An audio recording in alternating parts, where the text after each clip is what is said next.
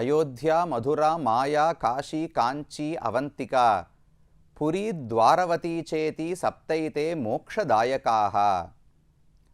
திருமாலுடைய எண்ணிறந்த திருத்தலங்கள் பாரதத்தில் இருந்தாலும் அவற்றுள் ஒரு 7 தலங்கள் முக்தி தரும் தலங்களாக போற்றப்படுகின்றன. மோட்சமடைய ஆசைப்படுபவன் திருமாலைத்தான் பிரார்த்திக்க வேண்டும். மோக்ஷமிச்சே ஜனார்தனாத் என்று புராணமே கூறுகிறது. செல்வம் வேண்டுமானால் இந்திரனிடத்தில் கேட்கலாம், அக்னி பகவானிடத்தில் கேட்கலாம். ஆரோக்கியம் வேண்டுமானால் சூரியனிடத்தில் கேட்கலாம். அதேபோல் ஒவ்வொரு தெய்வம் இந்த உலகத்தில் ஏதோ சில இன்பங்களை நமக்கு கொடுக்க முடியும். ஆனால் இந்த உலகத்தையே தாண்ட வேண்டும், வைகுந்தத்தை அடைய வேண்டும் என்றால் அதற்கு பகவான் ஸ்ரீமன் நாராயணன்தான் கதியாக இருக்கிறார், புகழாக இருக்கிறார். அதனால் அவரோடு தொடர்பட்ட சில திருத்தலங்கள் முக்தி தரும் க்ஷேத்திரங்கள் என்று சொல்லப்படுகின்றன. அவற்றுக்குள் முதன்மையான கருதப்படுவது அயோத்தியா என்கிற உயர்ந்த க்ஷேத்திரம். இக்ஷ்வாகு வம்சத்து அரசர்களுடைய ராஜதானி தலைநகரமாகவும், ராமன் என்கிற பகவானுடைய உயர்ந்த அவதாரம் பிறந்த இடமாகவும் இருப்பதால் இதை முக்தி தரும் க்ஷேத்திரம் என்று எண்ணுகிறார்கள். அயோத்தியா, கண்ணன் பிறந்த மதுரா, காஷி, காஞ்சிபுரம், அவந்திகா என்கிற உஜ்ஜைன் நகரம், துவாரிகா, இதைப்போல சில இடங்கள் தான் நமக்கு முக்தியை கொடுக்கக்கூடியவை. அந்த வரிசையில் முதலாவதாக எண்ணப்படுவது அயோத்தியா என்கிற உயர்ந்த இந்த பட்டணம்தான். இந்த அயோத்தி இருப்பது சரயு நதியினுடைய கரையிலே. சரயுவினுடைய உற்பத்தி எப்படி ஏற்பட்டது என்பதையெல்லாம் கடந்த பகுதியிலே நாம் பார்த்தோம். வசிஷ்டாச்சாரியர் தன்னுடைய பீഠத்தில் அமர்ந்து கொண்டு மானசரோவரத்தில் இருந்த பகவானுடைய கருணை என்கிற தீர்த்தத்தை சரயு வடிவமாக இந்த ஜனபதம் கோசல தேசம் வழியாக ஓடுவதற்காக இழுத்து வந்தார் என்று புராணங்கள் கூறுகின்றன. அந்த வியாசருடைய பீഠத்தையும் தரிசித்து கொண்டோம். அடுத்ததாக சரயு நதியில் பல முக்கியமான படித்துறைகள் இருக்கின்றன. வடதேசத்தில் நதிக்கு போனாலே காட் என்பதை பற்றி நாம் கேள்விப்படலாம். காட் என்கிற ஹிந்தி சொல்லுக்கு படித்துறை என்று பொருள். ஒரு நதியில் சென்று குளிக்க வேண்டுமென்றால் இப்படி பாறைகளாக இருக்கிற இடத்துல நம்மால் தைரியமாக செல்ல முடியாது. அதெல்லாம் சீரமைக்கப்பட்டு படிகளிட இட்டு வைக்கப்பட்டிருந்தால் எளிமையாக குளிக்கலாம் அல்லவா? அதை போலத்தான் எத்தனையோ காட், குப்தார் காட் என்று உள்ளது, லக்ஷ்மண் காட் என்று உள்ளது, இதோ ராம் காட் என்பது மிக முக்கியமான ஒரு படித்துறை. இந்த இடத்துல தான் அநேகமாக அயோத்திக்கு வரும் பக்தர்கள் அனைவரும் வந்து நீராடுகிறார்கள். இந்த ராம்காட்டிலே நாம் சரயு நதியை தரிசித்து கொள்ளலாம். ராமன் எத்தனையோ நாட்கள் இங்குதான் குளித்திருப்பார், இங்குதான் தன்னுடைய தம்பிமார்களோடும் விளையாடி இருப்பார். முக்கியமாக இந்த ராம்காட் சரயு நதி கரையில்தான் ராமனே கோதானம் செய்தாராம். காட்டுக்கு புறப்பட்டு ராமன் செல்லும் பொழுது தன்னிடத்தில் இருந்த செல்வம் அனைத்தையும் மக்களுக்கு பகிர்ந்து கொடுத்து விடுகிறார். இனிமே நான் 14 ஆண்டுகள் இங்கு இருக்க போவதில்லை, இத்தனை மாளிகைகள் செல்வம் இதெல்லாம் வச்சுட்டு என்ன செய்வது, அதனால வேண்டாம் என்று நிறைய தானங்கள். எப்பவுமே ஒரு யாத்திரைக்கு புறப்படுகிறோம், எங்கோ ஒரு தீர்த்த யாத்திரைக்கு புனித யாத்திரையாக செல்லுகிறோம் என்றால் அப்போது தானம் கொடுத்து விட்டுத்தான் செல்ல வேண்டும். திரும்ப வந்து முடித்தவுடனே ஒரு 4 பக்தர்களை அழைத்து அவர்களுக்கு சோறிட வேண்டும். தொடங்கும் போது யாத்ரா தானம் என்று தானம் கொடுத்து தொடங்குவார்கள். திரும்ப வீட்டுக்கு வந்தவுடனே ததியாராதனம், பக்தர்கள் 4 பேரை அழைத்து அவர்களுக்கு சோறிட்டு அவர்கள் ஆசீர்வாதத்தை பெற்றுக்கொள்ள வேண்டும். இந்த காலத்தில் நமக்கு இதெல்லாம் புரியாது. அந்த காலத்தில் ஒரு அயோத்திக்கு போய் வருவதென்றால் 1 மாதம் ஆகும். இங்கிருந்து ரயில் வண்டியை பிடிக்கிறாளோ மாட்டு வண்டியில் கிளம்புறாளோ, எங்கேயோ அயோத்தி இருக்கிறது, போய் தரிசித்து வந்தால் வாழ்க்கையில் பெரிய சாதனை.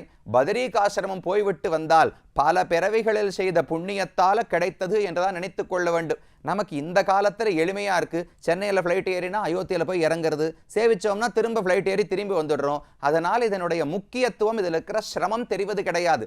ஆனால் இது அவ்வளவு கடினமான பிரயாணமாகத்தான் இருந்திருக்கும். அதனால் தொடக்கத்திலும் ஒரு தானம் செய்து நான் நன்றபடியாக பகவானுடைய தரிசனத்தை பெற வேண்டும் என்று பெரியோர்கள் ஆசீர்வாதத்தை பெற்றுக்கொள்ளுகிறோம்.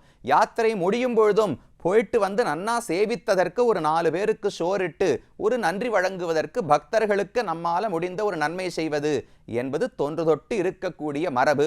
அதை ராமனே பின்பற்றுகிறார். யாத்ராதானம் புறப்படும் போது செய்கிறார். அதை இந்த சரயு நதியினுடைய கரையிலே தான் ராமன் செய்தானாம். ரொம்ப அழகான சரித்திரம். இன்னைக்கும் இந்த இடத்துல கோதானத்துக்கு சிறப்பு உண்டு. நீங்க குளிக்க போகும் பொழுதே அங்கேயே சிலர் இடையர்கள் எல்லாம் இருப்பார்கள். பக்கத்தில் யாரான தானம் செய்து வைப்பதற்கு வாத்தியார் சுவாமிகளும் இருப்பார்கள். பசுமாடு கண்ணுக்குட்டி அந்த வாலை பிடிச்சுன்னு அங்கேயே அவர்கள் சொல்லும் மந்திரத்தை சொல்லி தானம் கொடுக்கலாம். இதுக்கு 2 பயன்கள் உண்டு. ஒன்று, புண்ணிய கஷேத்திரத்துக்கு வந்திருக்கோம், கோதானம் செய்தால் சிறப்பு, ராமனே செய்திருக்கிறார், அதனாலும் செய்யலாம். 2வது, நம்முடைய பித்திருக்கள் எல்லாம் இங்கிருந்து ஏதோ பாதை சொர்க்கத்துக்கோ நரகத்துக்கோ வைகுந்தத்துக்கோ ஏதோ ஒரு இடத்துக்கு செல்லுவார்கள். அவர்கள் போகும் பாதையில் இந்த வைத்தரணின்னு ஒரு நதி வருமே, அந்த நதியை தாண்ட முடியாமல் கஷ்டப்பட்டார்கள் என்றால் அப்போது நாம் இங்கு செய்யக்கூடிய கோதானம் அவர்களுக்கு உதவுமாம்.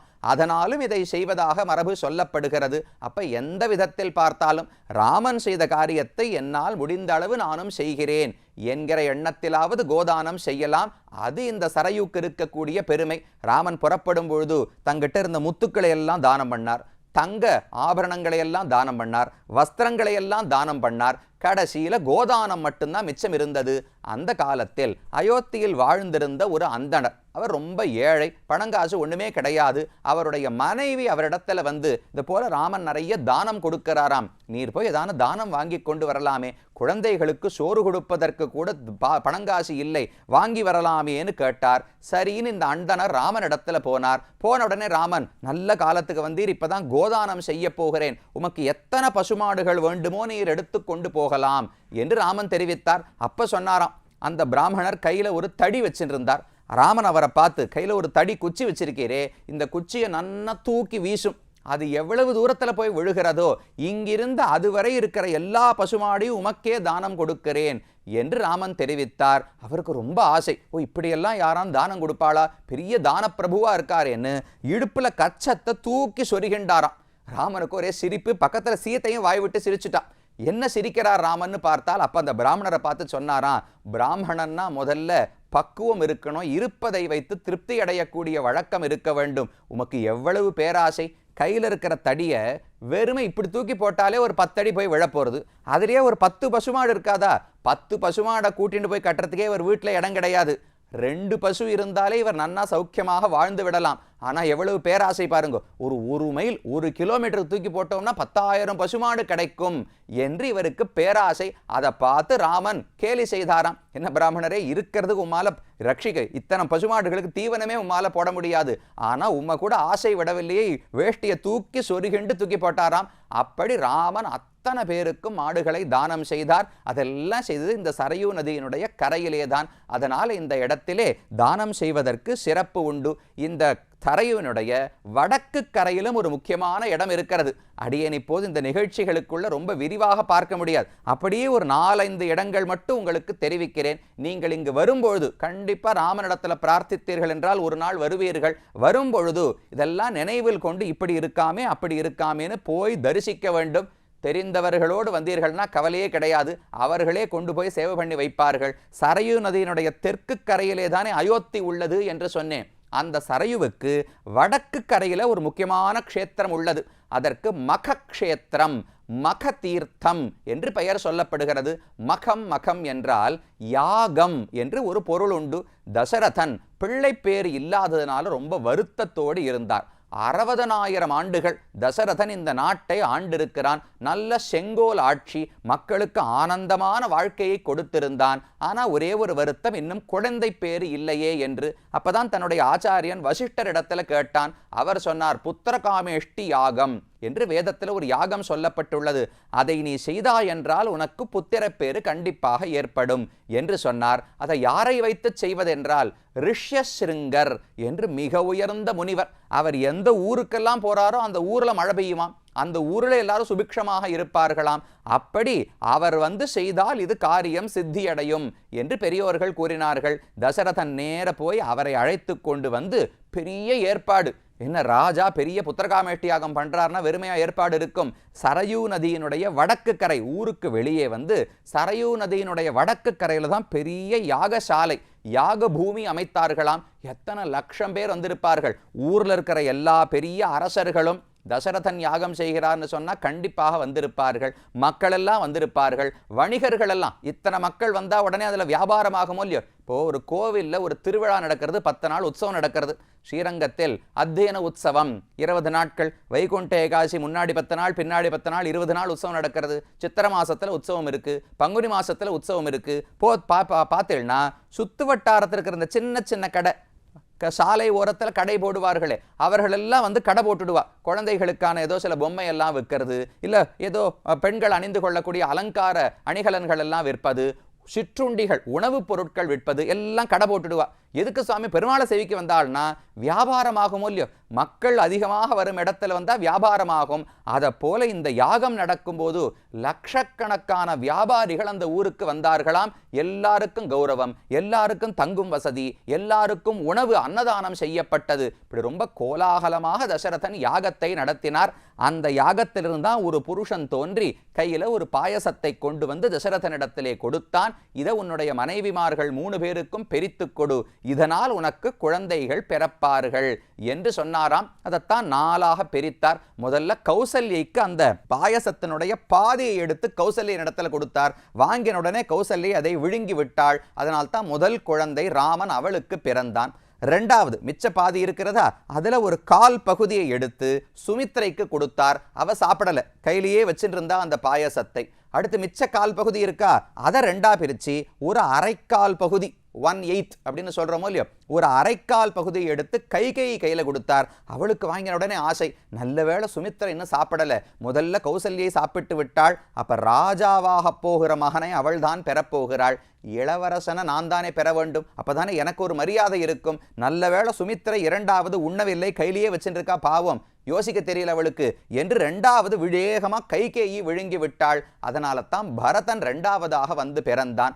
அதற்கு பிறகு கடைசி ஒரு 1/4 பகுதி யாருக்கு கொடுக்கலாம்னு தசரதன் யோசித்தார். 3 பேரையும் திரும்ப திரும்ப பார்த்து மறுபடியும் அதை எடுத்து சுமித்ரை கையில கொடுத்தானாம். இப்ப சுமித்ரை 2ஐயும் கையில வாங்கி வச்சுண்டா. இது ஒரு 1/4 பகுதி, இது ஒரு 1/4 பகுதி. 2 முக்கியமான காரியங்களை செய்யணும். அதோ கௌசல்யைக்கு பகவான் ராமன் வந்து பிறக்க போகிறாரே மகனாக, அவனுக்கு தொண்டு செய்வதற்கு எனக்கு ஒரு மகன் வேணும்.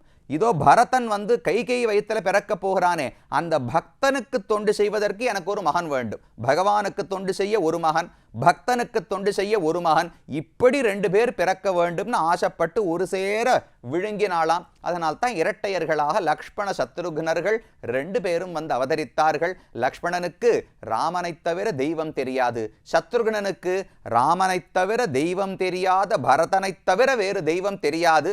அப்படி 2 முன்னுதாகரணங்களாக நமக்கு வாழ்ந்தார்கள். அது எல்லா கதையும் நடந்தது இந்த இடம்தான், மகக்ஷேத்திரம். மகம்னாலே யாகம். தசரதன் இப்பேற்பட்ட யாகத்தை செய்து அதற்கு அத்தனை அரசர்களையும் அழைத்து இங்கிருந்து தான் ராமாயண கதையே தொடங்குகிறது. இதெல்லாம் சரையூ நதியினுடைய வடக்கு கரையிலே அமைந்துள்ளது. அப்ப சரையூ நதியினுடைய பெருமை பார்த்தோம். இதுல இன்னும் பல காட் இருக்கு, குப்தார் காட், லக்ஷ்மண் காட், அதனுடைய பெருமையெல்லாம் வரும் பகுதிகளிலே பார்க்கலாம். இன்றைக்கு ராம்காட் என்கிற முக்கியமான இடத்தை தரிசித்து கொண்டோம். அங்கு ராமன் செய்த தியாகம், அங்கு செய்த தானத்தையும் நினைவில் கொள்ள வேண்டும். இந்த சரையூ நதியினுடைய வரலாற்றையும் நினைவில் கொள்ள வேண்டும். மகக்ஷேத்திரம், மகதீர்த்தம் என்பதனுடைய பெருமையும் பார்த்தோம். இனி வெளியில பார்க்க வேண்டியது முடிந்தது. அயோத்தி நகரத்துக்குள்ளே புக வேண்டும். இந்த அயோத்தி அந்த காலத்துல எப்படி இருந்தது, இப்படி எப்படி இருக்கிறது நமக்கு இப்போது பார்த்து தெரிந்து கொள்ளலாம். அந்த காலத்தில் திரேதாயுகத்தில் அயோத்தியா, தசரதனுடைய ஆட்சி, ராமனுடைய ராஜ்யத்தில் இந்த நாடு எப்படி இருந்தது என்பதை நாம் பார்க்க வேண்டும். பார்த்தால்தானே நமக்கு அதை போல இருப்பதற்கான ஒரு ஊக்கம் ஏற்படும். அதை அடுத்த பகுதியிலே நாம் பார்க்கலாம்.